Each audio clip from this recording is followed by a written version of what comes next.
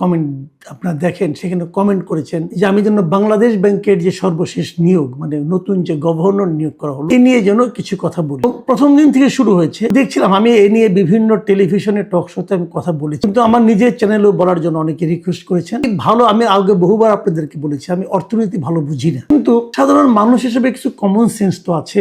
যারা বুঝেন তারা কি করবেন না করবেন এটা তো আরেক কথা। আমি বটম লাইনটাকে বলি যে মিস্টার মোস্তাকুর রহমান নামক একজন গার্মেন্ট ব্যবসায়ী, পোশাক শিল্পের একজন ব্যবসায়ী, তাকে বাংলাদেশ ব্যাংকের গভর্নর করার যে সিদ্ধান্ত এই সরকার নিয়েছে এবং নিয়োগ অলরেডি করেছে, উনি অফিস করাও শুরু করেছে। আমি মনে করি এই সরকার সবচেয়ে ঝুঁকিপূর্ণ এবং রিস্কি সিদ্ধান্তগুলোর মধ্যে এই যাবৎ তারা যা নিয়েছে তার মধ্যে এটা একটা। এবং এই সিদ্ধান্ত সরকারকে কোথায় নিয়ে যাবে এটা বলা বড় কঠিন। কেন কঠিন সেটা বলি। কেবল বাংলাদেশের ইতিহাসেই নয়, সারা দুনিয়াতেই আপনি এ ধরনের উদাহরণ দ্বিতীয়টা খুঁজে পাবেন কিনা আমার সন্দেহ, যেখানে একজন ব্যবসায়ীকে একটা দেশের আপনার ব্যাংকের যে রাষ্ট্রীয় যে ব্যাংক, মানে ফেডারেল ব্যাংক যেটাকে বলি, অনেক জায়গায় আপনার আমাদের এখানে মূল যে ব্যাংক, রাষ্ট্রীয় বাংলাদেশ ব্যাংক যেটা আছে, সেই ব্যাংকের গভর্নর বানানো হয়, এরকম ঘটনা খুঁজে পাওয়া কঠিন। তার উপর সেই ব্যবসায়ী, যিনি যে ব্যবসা প্রতিষ্ঠানের মালিক অথবা মূল লোক, সিইও অথবা এমডি ছিলেন, এটা এমন একটা ব্যবসা প্রতিষ্ঠান যে ব্যবসা প্রতিষ্ঠান নিজেই ঋণ খেলাপি এবং অনেক বিশেষ বিবেচনা নিয়ে তার ঋণকে পুনঃ তফসিলীকরণ করতে পেরেছে। মানে ব্যাপারটা সহজ করে বলি, পুনঃ তফসিল মানে ওনার একটা বিশাল অঙ্কের ঋণ, 89 কোটি টাকা,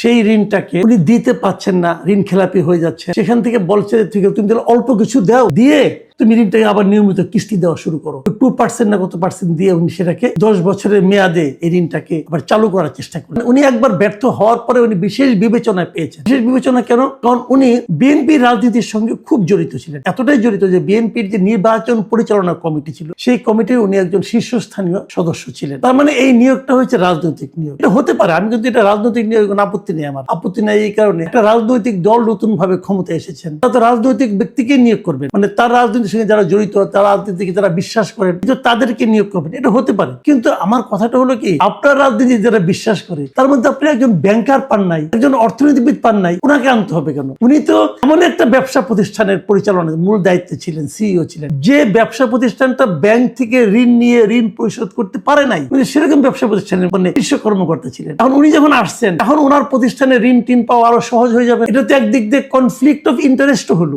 তো, সেটা কেন করলেন আপনারা? এটা বললাম তো, দ্বিতীয় আরেকটা উদাহরণ আপনারা খুঁজে বের করতে পারবেন না। আমি দেখলাম আমাদের অর্থমন্ত্রী মিস্টার আমির খুসরো মাহমুদ চৌধুরী, নিয়োগজন ব্যবসায়ী, উনি বলছেন যে সরকার এই কাজটা করেছে, সরকার এটা করতে পারে। হ্যাঁ পারে, সরকার অবশ্যই পারে, কিন্তু আমি কি প্রশ্ন করতে পারি না সরকার কেন পারে? এই প্রশ্ন করার অধিকার কি আমাদের নাই? নিশ্চয়ই আছে।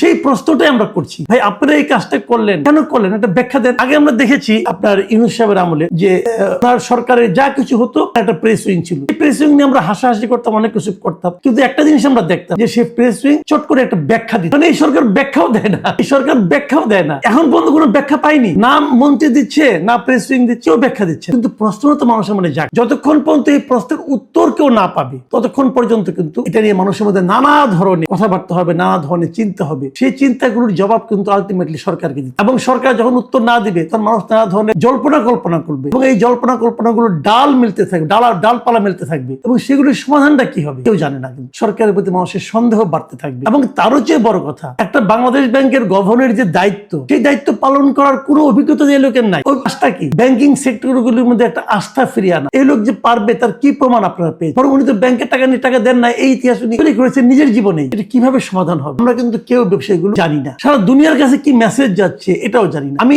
মাঝে মাঝে ইউনূস সরকারের সমালোচনা করতে যে আমি এটাও বলতাম যে ইউনূস সরকারের সবচেয়ে যদি একটা সাফল্য আমি পাই, সেই সাফল্যটা ছিল ব্যাংকিং সেক্টরের সাফল্য। আগের যিনি ছিলেন আহসান ইস মনসুর, ওনার অনেক ব্যক্তিগত অনেক সীমাবদ্ধতা আছে। উনি ব্যাংকগুলিকে মার্জ করতে যে, ইসলামী ব্যাংকগুলিকে মার্জ করতে যে ব্যাংকগুলির মধ্যে একটা অসন্তোষ তৈরি করেছেন, এটাও ঠিক। প্রায় বিশাল সংখ্যক গ্রাহককে উনি ক্ষতিগ্রস্ত করেছেন, ওটাও ঠিক। কিন্তু পাশাপাশি এটাও আপনাকে মানতে হবে যে উনি বাংলাদেশ থেকে বিদেশে অর্থ পাচারটাকে বন্ধ করতে পেরেছিলেন এবং ব্যাংকিং সেক্টরটাকে উনি একটা নিয়মের মধ্যে আনতে। সেই অবস্থায় এই ভদ্রলোকের কর্মকাণ্ড যতটুকু আলটিমেটলি ওনার এই ধারাবাহিকতাকে রক্ষা করতে পারবে, এটা নিয়ে কিন্তু আমার মনে বিস্তর সন্দেহ আছে। সন্দেহ হচ্ছে আরেকটা বিষয় আমি বলি, দেখেন এই যে আমরা বলতাম না রেমিটেন্স আসছে বিদেশ থেকে, রেমিটেন্স আসছে বলে কিন্তু আমাদের আপনার রিজার্ভ বেড়েছে। রেমিটেন্স কখন আসে? যখন নাকি দেশের ডলারের দাম এবং দেশের মুদ্রানীতি এবং দেশের অর্থনৈতিক অবস্থা একটা স্থিতাবস্থা, মানে অস্থিরতা কম থাকে, তখনই কিন্তু রেমিটেন্সটা লোকে পাঠায়। সেই অস্থিরতাটা কিন্তু হাসান ইস মনসুর সাহেব দূর করতে পেরেছে। লোক আসছে, সেটা কি পারবে? এখন এটা হতো, অনেকে বলে এটা না হয়ে তো কোনো উপায় ছিল না। আমাদের দেশের যে সংসদ সদস্য হয়েছে এই দেশে, তাদের 60% সদস্যের কিন্তু মূল পেশা পেশা হলো ব্যবসা, এবং 62% মন্ত্রীর মানে মন্ত্রী পরিষদের 62% পেশা হলো ব্যবসা। তাহলে এবং তাছাড়া আরো বলি আপনাকে, এমপিদের যারা সংসদ সদস্য 50% হলো ঋণগ্রস্ত। এরকম একটা সরকারের অর্থনৈতিক সুযোগ সুবিধা করে দেওয়ার জন্য বাংলাদেশ ব্যাংকের গভর্নর আরেকজন ঋণগ্রস্ত ব্যবসায়ী হবে, এটা তো স্বাভাবিক। এখন ওনাদের অবস্থা দেখ, দেশের অবস্থা কি হবে? দেশ কি স্বাভাবিক পথে অগ্রসর হতে পারবে লোককে নিয়ে? আমি কিন্তু ভয় আছি ভাই।